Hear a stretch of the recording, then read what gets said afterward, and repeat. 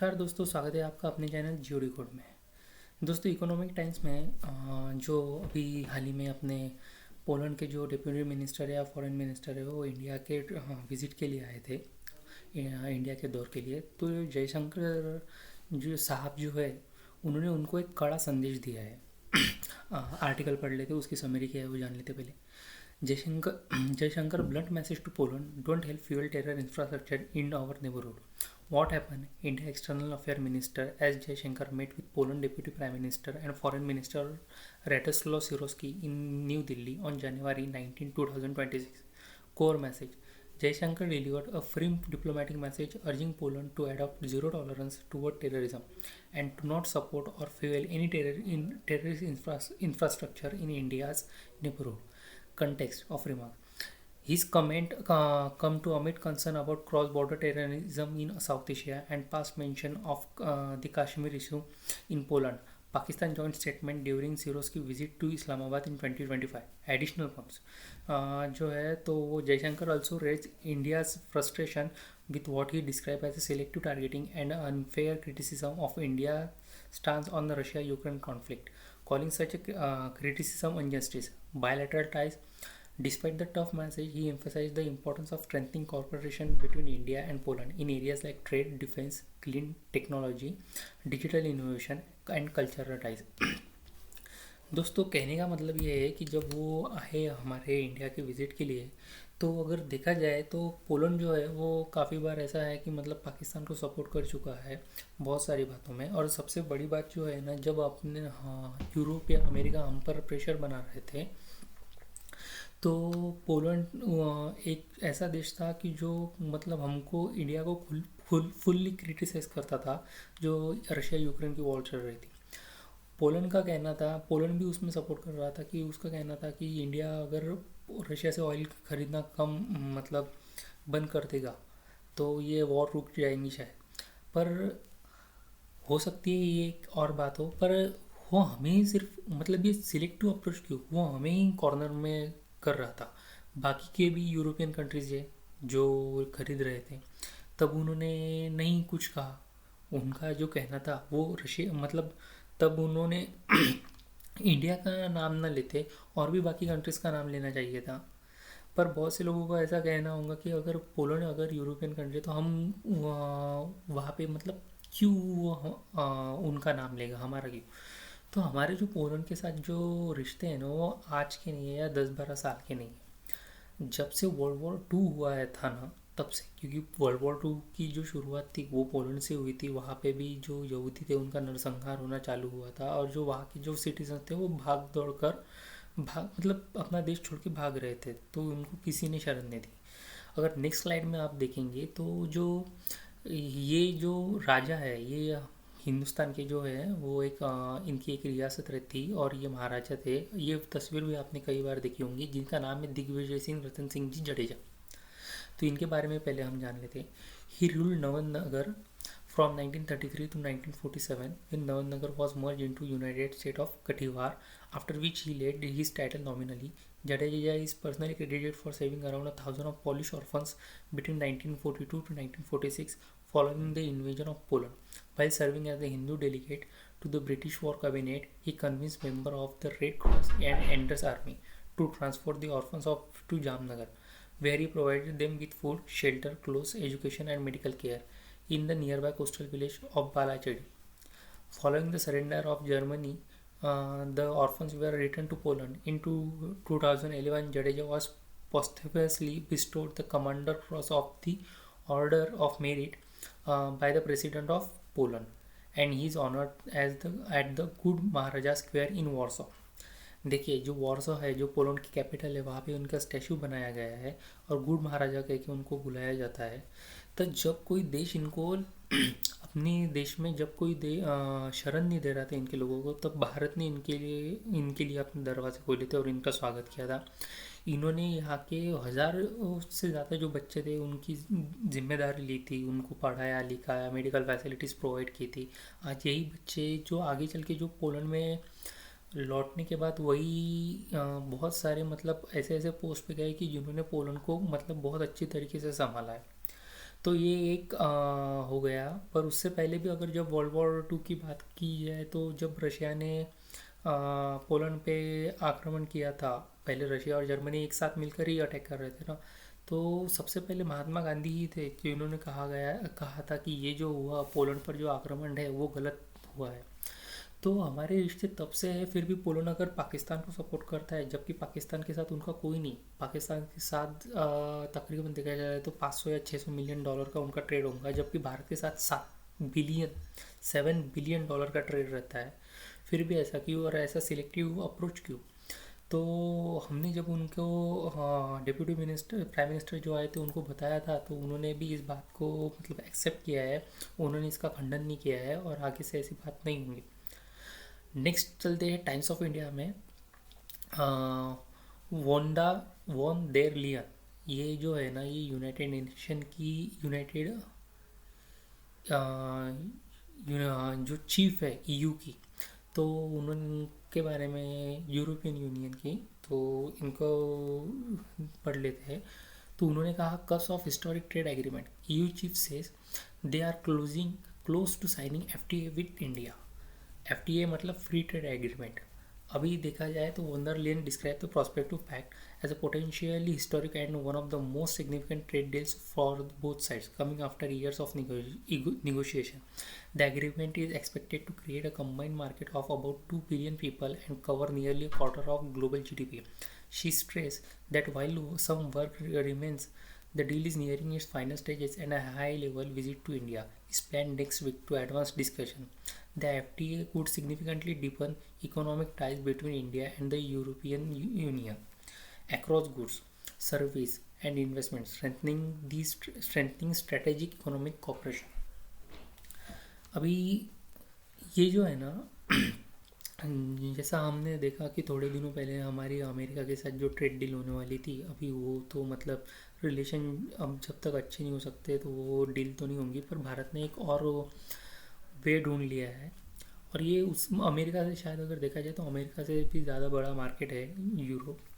तो market in case मतलब वहाँ पे बहुत सारे देशों का वो समूह है, तो वहाँ पे हमें और भी ज़्यादा फ़ायदे हो सकते हैं। और ये फ्री ट्रेड एग्रीमेंट है, तो ये डील होने वाली है जिसको मदर ऑफ ऑल डील्स कहा जाता है। अगर बीजेपी का और से देखा जाए तो उनका कहना है कि 2014 के बाद जब से उनकी गवर्नमेंट फॉर्म हुई है तब से लेकर आज तक ये सबसे बड़ी डील होने वाली। अभी ये जो है चीफ जो है ना यूरोपियन यूनियन के, तो इनको 26 जनवरी रिपब्लिक डे के लिए जो भी बाकी के और जो गेस्ट आने वाले हैं उनमें इनको शामिल किया गया है। तो ये आने वाली है भारत को। अगले आर्टिकल में देखते हैं एरोटाइम में। एरोटाइम लिखता है NORAD sends aircraft to Pituffik amid US Europe tension over Greenland. NORAD मतलब देखा जाए तो उसका लॉन्ग फॉर्म अगर समझा जाए तो एग्जैक्टली वही लॉन्ग फॉर्म नहीं है, उसको देखा जाए तो north American aerospace defence command. तो नोरात जो है ना, अभी थोड़े दिनों पहले मैंने अपने लास्ट वीडियो में बताया था कि अमेरिका के जो मिनिस्टर्स है वो गए हैं ग्रीनलैंड और उनको समझाने के लिए कि ऐसा कुछ होने वाला नहीं है, हम ट्रम्प को सपोर्ट नहीं करते, ये नहीं करते। पर आज जो है ना, तो एयरक्राफ्ट जो है उन्होंने अपने डिप्लॉय कर दी ग्रीनलैंड में। समरी जान लेते हैं। NORAD has deployed aircraft to Pittsburgh space base in Greenland as a part of routine defense and training operation. Although officials say the move was planned in advance and coordinated with Denmark and Greenland. It comes at a time of rising US-Europe tension over Arctic security. Pittsburgh is strategically important for missile warning, space surveillance, and Arctic defense, making it a key location amid growing geopolitical competition in the region. देखिए बात ये है ना कि America के साथ तो European countries जो है वो वॉर कर नहीं सकती है। अगर वॉर हुई भी तो बहुत ज़्यादा चांसेस है कि हार जाएंगी। हर कोई अपनी अपनी जो मतलब पावर है वो दिखाना चाहता है, वो शो करना चाहता है ग्रीनलैंड में। इसलिए यूरोपियन जो नाटो कंट्रीज़ है वो अपनी मिलिट्री उन्होंने भेज दी है। पर अगर देखा जाए ना तो मुझे ऐसा लगता है कि जो ट्रम्प है, ट्रम्प को भी यहाँ पे वॉर नहीं करनी। हाँ, ट्रम्प को ऑफकोर्स ग्रीनलैंड चाहिए, कोई बात नहीं। वो कह रहे हैं कि मैं पैसे देकर खरीदूंगा या फिर मैं बाय फोर्स ले लूँगा। पर अगर ऐसा अमेरिका करता है तो ये आगे चल के अमेरिका के लिए बहुत बड़े प्रॉब्लम्स होने वाले हैं। जिस तरीके से ट्रम्प का रवैया है या जिस तरीके से ट्रम्प बिहेव कर रहे हैं, बार बार धमकियाँ दे रहे हैं, तो इस वजह से जो है ना, जो यूरोपियन कंट्रीज़ है ना, वो अभी बहुत ज़्यादा अलर्ट हो गई है। उनको समझ में आ गया है कि अमेरिका पर इतना ज़्यादा डिपेंडेंट रहना ज़रूरी नहीं है। सिक्योरिटी के हिसाब से देखा जाए, टेक्नोलॉजी के हिसाब से देखा जाए, या इकोनॉमिक के हिसाब से देखा जाए, ऐसा भी आगे चल के हो सकता है कि अमेरिका और यूएस का, यूरोपियन यूनियन का जो ट्रेड डील्स है, जो मार्केट है उनका जो, तो वो क्लोज़ हो सकता है। यूरोप अमेरिका के जो प्रोडक्ट्स है उनके लिए, यूरोप का पूरा मार्केट अमेरिका के लिए क्लोज़ हो सकता है अगर ग्रीनलैंड के ऊपर अगर ट्रम्प ने कोई हमला कर दिया तो। पर ट्रम्प ऐसा करेंगे नहीं। मुझे ऐसा लगता है कि ये जो है ट्रम्प, इनको हम बड़बोला कहते हैं, सनकी कहते हैं, बहुत सारे इनको हमने नाम दे दिए है, पर ये एक देखा जाए नहीं एक अच्छे बिजनेसमैन भी है। तो वो ऐसा चाहते हैं मेरे हिसाब से कि वो एक ऐसा प्रेशर बिल्डअप करना चाहते हैं पूरे यूरोपियन यूनियन पे या डेनमार्क पे या ग्रीनलैंड पे, कि ये खुद ब खुद आके इनको वो ग्रीनलैंड जो है ना वो दे दे। ये यार ग्रीनलैंड नहीं दे दे तो फिर कि उनको कह दे कि यार देखो, यहाँ पे जो मिनरल्स है यहाँ आप एक्सट्रैक्ट कर सकते हो, आप ले सकते हो, आप इसे बेच सकते हो, ये हम आपको अमेरिका को ये सौंप देते। तो इस वजह से ये प्रेशर बनाने की सोच रहे हैं। पर अभी लास्ट वीडियो में मैंने ये भी बताया था कि जो जॉर्जिया या मेलोनी है, इटली के प्राइम मिनिस्टर, उन्होंने भी नाटो की मीटिंग बुलाई है और सबको कहा है कि हमें अभी डेनमार्क की ये मदद करनी चाहिए, आर्टिक की सिक्योरिटी के बारे में सोचना चाहिए। तो अभी देखते हैं ये कब तक चलता है। आगे बढ़ते हैं। हाँ, तो अभी अमेरिका हुआ या अमेरिका की जो प्रॉब्लम्स बढ़ती जा रही है, या ट्रम्प जिस तरीके से अपने ही गेम में घेरते जा रहे हैं, जैसा उन्होंने कहा था कि मतलब उनको जैसा लगा कि उन्होंने जैसे वेनेजुएला के प्रेसिडेंट को उठा लिया, वैसे ग्रीनलैंड लेना उनको लगा कि आसान रहेगा, पर वैसा हुआ नहीं और सभी के सभी उनके खिलाफ हो गए। तो वैसे ही अगर देखा जाए ना तो इसी अ, मतलब इसी प्रॉब्लम में रहने के बाद और उनके ऊपर एक मुसीबत गिर गई है। तो ये जो नेक्स्ट आर्टिकल है ना, तो इसमें बताया गया है कि India imposes 30% tariff on US pulse imports amid ongoing trade deal negotiation. Trade deal को निगोशिएशन कर रहे हैं। भारत का अगर देखा जाए ना तो ये रवैया बहुत ज़्यादा मतलब सही है। जियो पॉलिटिक्स में आप हर चीज़, मतलब जैसे हुई, जैसे ट्रम्प कोई भी चीज़ होने से पहले ट्वीट कर देते, बता देते कि मैंने ऐसा किया, मैंने वो करूँगा, वैसा करूँगा। तो जियो पॉलिटिक्स में जो है ना, सही समय का बहुत ही, मतलब इसकी जो वैल्यू है ना वो बहुत ज़्यादा है। मतलब एक तरह से देखा जाए तो अनमोल है। भारत को ऊपर भी पहले धमकी दी, 50% टैरिफ लगाया, फिर 500 कर दूंगा इसकी धमकी दी। भारत ने अभी तक कुछ रिएक्ट नहीं किया था। पर जैसे जैसे ट्रम्प जो है ना वो गिरते जा रहे हैं अपने ही गेम में, वैसे इंडिया ने भी ट्रेड डील, हाँ भारत का सीधा सीधा कहना है ट्रेड डील निगोशिएशन चालू है। और अगर हुई तो बहुत अच्छी बात है, नहीं हुई तो भी हमें कोई फ़र्क नहीं पड़ता, हमने दूसरा सॉल्यूशन निकाल लिया है, हम यूरोप के साथ कर लेंगे। पर इस बीच में अगर 30% टैरिफ इंडिया इम्पोज कर देगा तो ये ट्रम्प के लिए बहुत मतलब बड़ी प्रॉब्लम होने वाली है। 30% टैरिफ जो है वो बहुत बड़ी बात नहीं है अमेरिका के लिए, या अगर देखा जाए ये कोई बहुत बड़ा टैरिफ नहीं है, बहुत बड़े परसेंटेज नहीं है। ट्रम्प हम पर ऑलरेडी, अमेरिका हम पर 50% लगा चुका है। पर सोचने वाली बात यह है कि हम अगर ये 30% लगा सकते हैं तो इसको इंक्रीज़ भी कर सकते हैं। दूसरी बात, ये पल्सेस पर ही क्यों है। इंडिया जो है हम सब जानते हो एग्रीकल्चरल कंट्री है। हम भी दाल बहुत ज़्यादा, हमारे इधर जो दाल का उत्पादन है वो बहुत ज़्यादा है। हम दूसरे इधर भेजते भी है और बहुत जगह से हम दाल खरीदते भी है।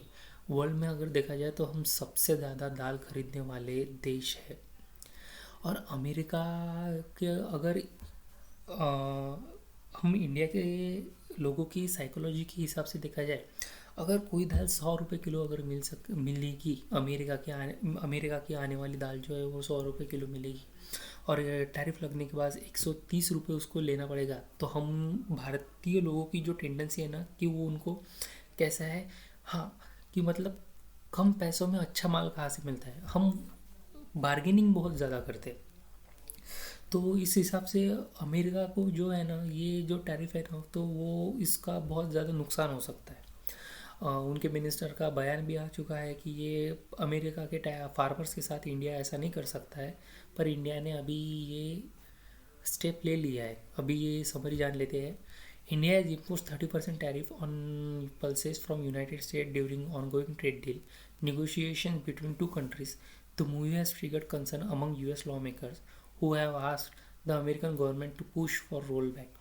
India says the tariff is meant to protect domestic farmers and manage market prices, but it has added new tensions to bilateral trade talks. देखा।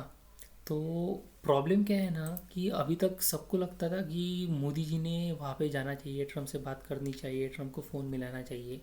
पर अभी कुछ ऐसा भी आगे चल के ऐसा खेल ना हो जाए कि ट्रम्प को मोदी जी को कॉल करना पड़ेगा।